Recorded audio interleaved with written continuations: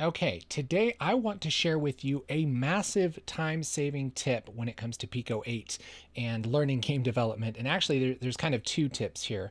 The first one is really easy. The first one is go to pico-8-edu.com because this is the Pico 8 engine and you can use it to make games. You can save your game, you can export it, you can do all kinds of stuff, and it's free and it runs in your browser.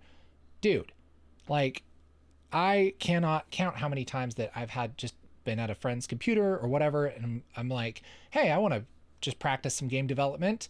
Well, hey, pico-8-edu.com. That's pretty cool.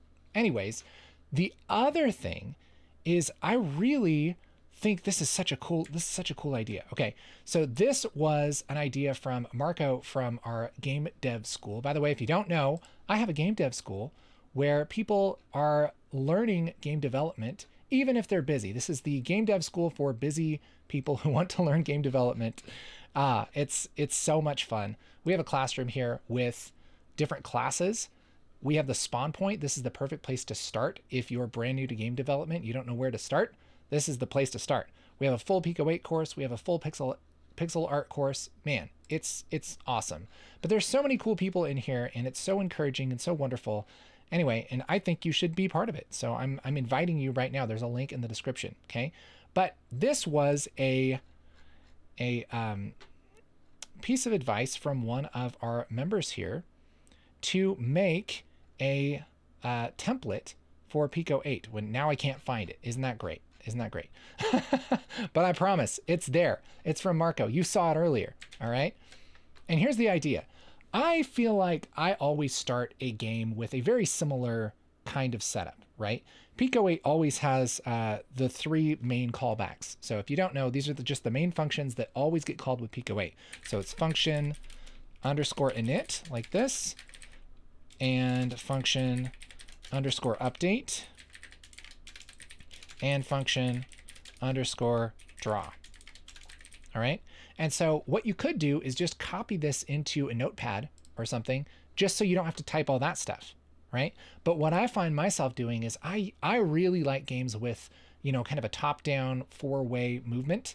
And so the setup, the initial setup for that is always really, really similar.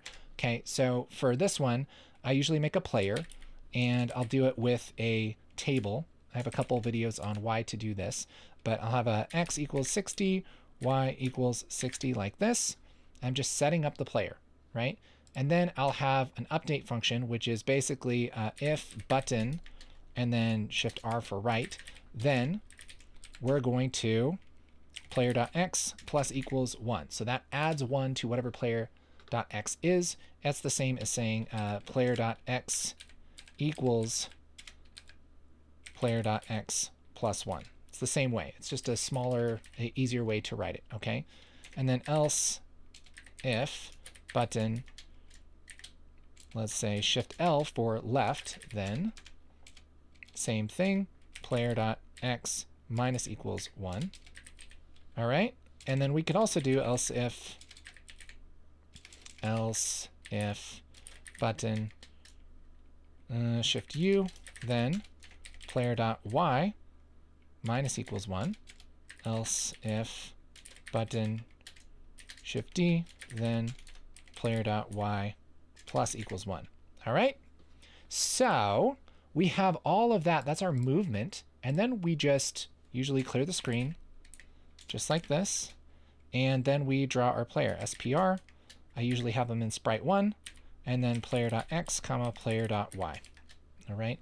I write this all the time. This is how I start just about every game, okay? Then I have like a little, maybe some sprite, whatever my player is in sprite 1. So I'll just have a green square, save, run. And now I can move this up and down and left and right, all right? But, dude, every time I start a game, I don't want to have to do that. Like, if I'm going to literally type the same thing every time, well, we should just copy this. We just copy this to a notepad. That makes sense, right? Now, here's what's cool. I'm working in Chrome, pico8-edu.com, and I'm in Chrome. And check this out. There is a little extension for Chrome called a notepad. And check this out. I can click on this, and there's a notepad, and I can just copy and paste this into a notepad thing, and then just copy and paste that out.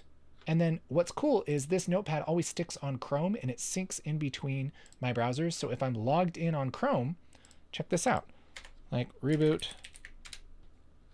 we'll open up pico8edu.com like this, and this is an empty project. I can go up here to my notepad here, Control A, C, Control V, and we'll just make a little guy in our first sprite, save run. Look at that. Now we're up and going. And so that is a big time-saving tip. Isn't that cool? I think that's a smart idea. Like I said, this is from a friend here on our game dev school, full of really smart people, and I want you in there too, okay? Go to the classroom, get your spawn point on, learn a little bit more about Pico-8, learn some pixel art, okay? We have these challenges that we do. I just played a bunch of games from a challenge. It's so much fun, and I think you should be there, all right? This is the game dev school for busy people. So if you're busy, you want to learn games, that's the place to go, all right? But here's the thing. You should just do this. You should get this little extension for Chrome and copy and paste this little quick start thing into there. You know what? I'll even leave this in the description down below so you can just copy and paste mine. Isn't that cool? Okay.